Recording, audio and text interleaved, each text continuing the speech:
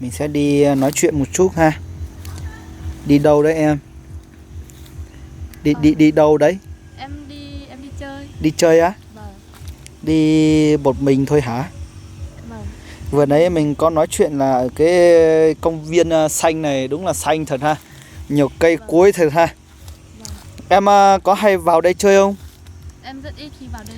Rất ít khi vào đây à? Vâng. Ừ.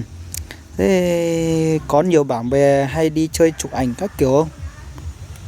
Nhiều lúc là có. Nhiều lúc có đúng không? Nhưng mà bây giờ mỗi người đi một nơi rồi. Ồ. Rất là ít khi đi với nhau. Ừ. Thế thì tốt rồi. Anh nghĩ cũng nên như thế thôi.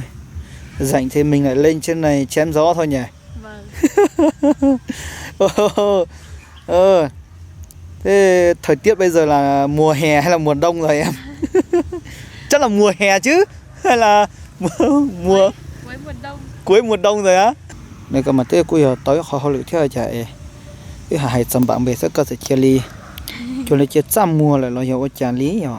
Em hơi ngại. Không nên ngại. Không cần phải ngại ha. Hey. Ok. Bây giờ là anh sẽ hỏi một chút về như vấn đề hôm nay ha. Vâng. Hôm nay ngủ cả ngày chắc là cũng đủ rồi qua. Lạnh thế này ngủ cả ngày không đủ. Trời ơi. Ngủ cả ngày cũng không đủ ạ, quý vị ạ. Thế này sau này đi theo chồng mà cứ ngủ cả ngày không đủ thế này thì có đỡ được không? Sau này đi theo chồng thì nó sẽ khác đi. Sẽ cắt đi á? Vâng. Ồ, anh nghĩ chắc là khó mà cắt được chứ. Bây giờ mình ở một mình thế này thì nó như này thôi, nhưng mà sau này thì sẽ khác đi. Anh cũng nghĩ là như vậy. Anh nghĩ là sẽ cắt đi thật á, chứ không đùa được đâu. Anh cứ tưởng con gái á, người ta kiểu như là người ta không muốn ngủ mấy á.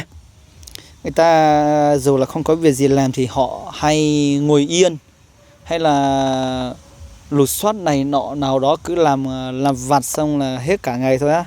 Không ạ. Bây giờ Thay đổi rồi.